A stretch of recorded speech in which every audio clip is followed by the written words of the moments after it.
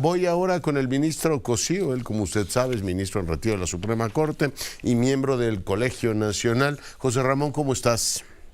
Hola Leonardo, ¿cómo estás? Muy buenas noches, qué gusto Oye, estar contigo. muy instructivo y comentado tu texto, que publicaste en El País, donde hablabas pues de una reforma contra la Constitución. Decías, hay una pretensión abierta de concentrar en el presidente, sus órganos, sus ideologías, la mayor cantidad de atribuciones posibles, y por supuesto desarrollas impecablemente el argumento. Déjame empezar preguntándote, para escucharte ya con toda atención, ¿cómo es posible que en una ley tú le puedas pedir a un juez que no replique o no retome los argumentos de otro, en este caso otro tribunal, como si yo estuviese impedido de tomar los argumentos que tú expresabas en ese texto, José Ramón?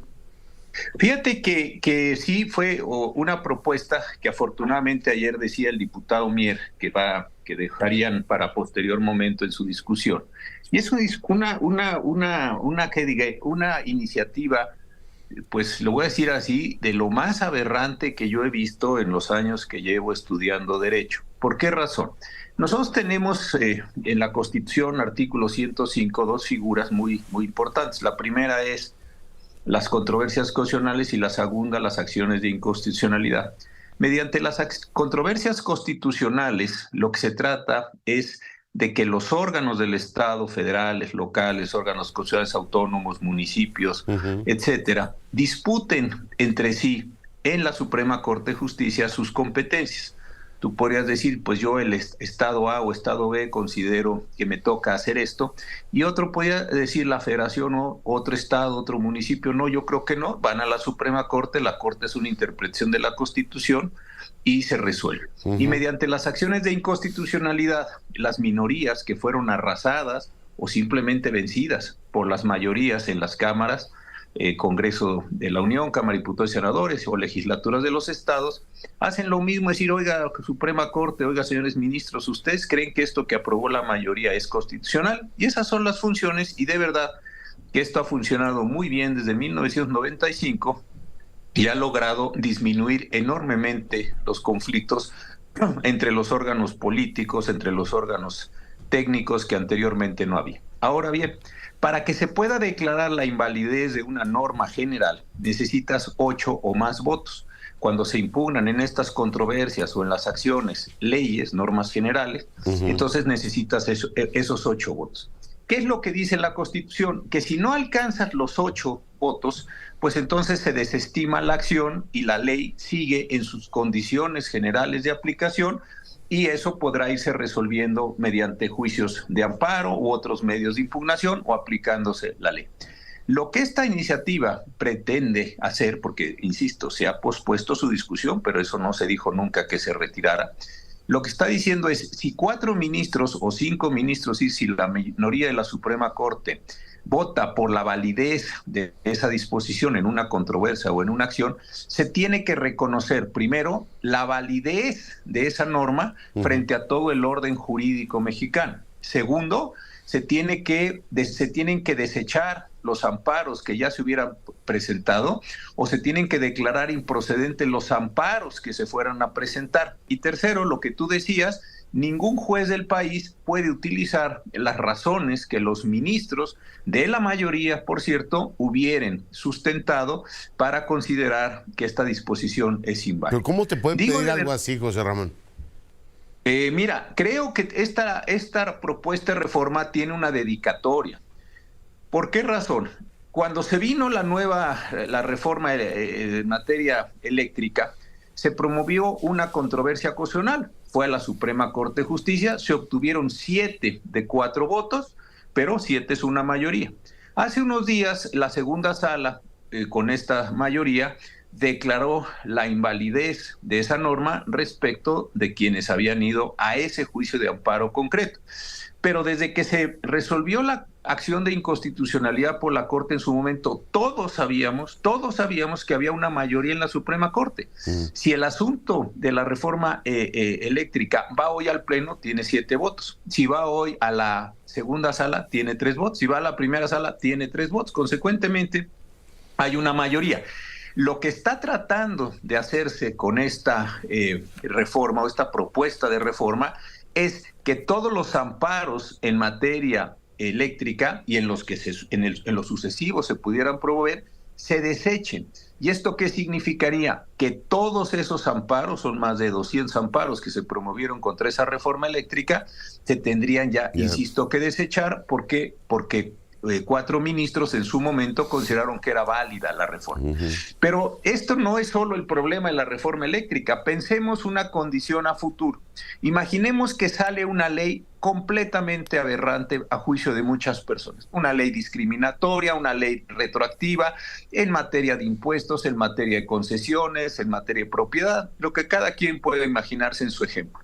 ¿Qué es lo que acontecería, Leonardo? Se promueve una controversia o una acción, inclusive el gobierno la podía promover, lograr que 4 ministros, ministras digan que es válida, y con eso bloqueas todo el sistema de amparos de todo el país. Sí. No, increíble.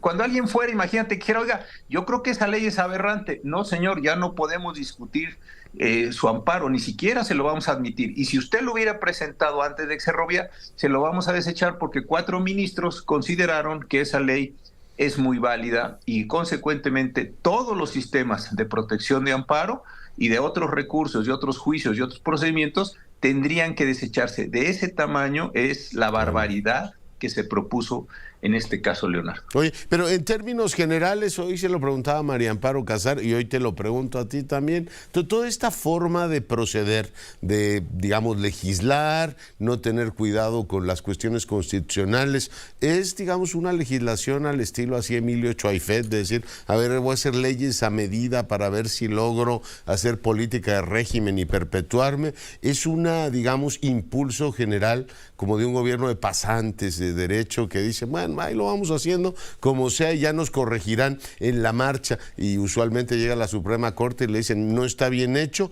o es una voluntad casi, digamos, sistemática, José Ramón, de violar la Constitución, y uno dice, oiga, pues ya que jubilen el 5 de febrero si tanto les molesta el texto constitucional que hoy tenemos.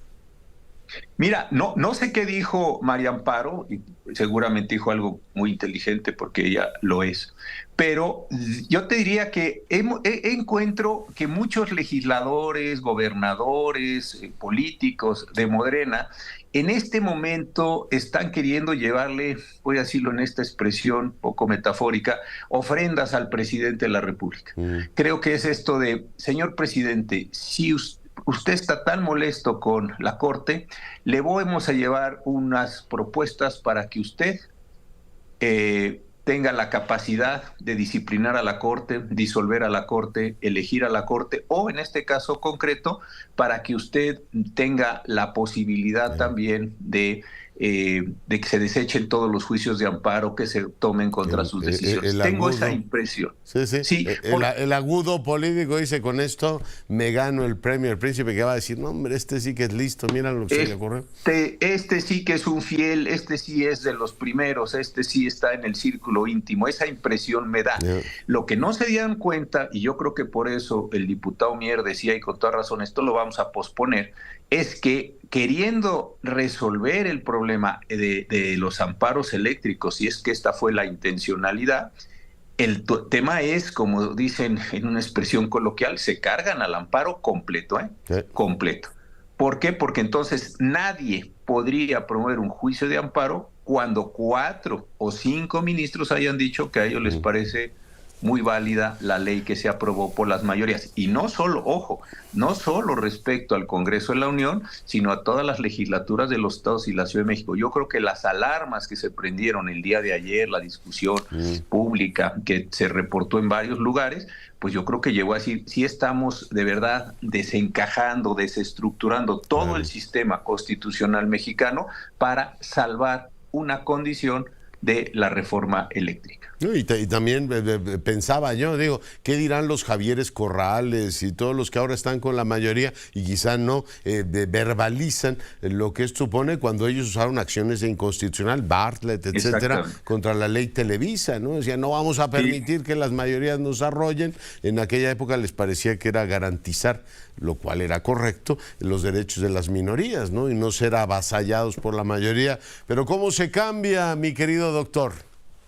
Así es, y yo recuerdo cuando llevaron esos asuntos sobre las acciones, las controversias para que se pudieran hacer consultas ciudadanas en el caso de la reforma energética. Yo en ese momento fui el único ministro que votó, quedé 10-1 porque yo decía, sí se puede hacer una consulta sobre la reforma energética, etcétera.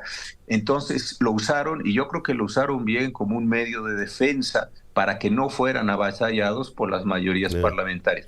Ahora, también aquí hay un sueño de estos sueños de la razón, de los que hemos hablado en otros casos, de decir, bueno, el sueño de la razón es que somos mayoría. Oiga, pero usted tampoco tiene clarísimo que siempre vaya a ser mayoría. Y la otra que me parece lo más preocupante de todo es que en el ánimo de mantener el poder están arrasando o pretenden arrasar con todos los mecanismos de expresión de la pluralidad política. Imaginemos nada más imaginemos que efectivamente se cierran los caminos del amparo contra las leyes que 4 o 5 ministros hubieran dicho que son constitucionales.